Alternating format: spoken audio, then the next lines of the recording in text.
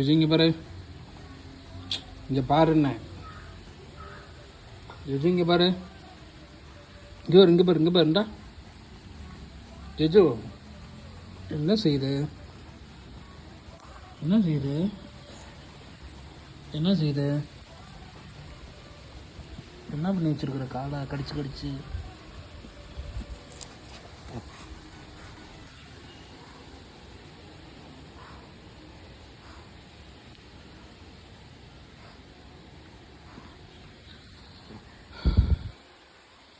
Hi friends, இந்த வீடியோவில் பார்த்துருப்பீங்க.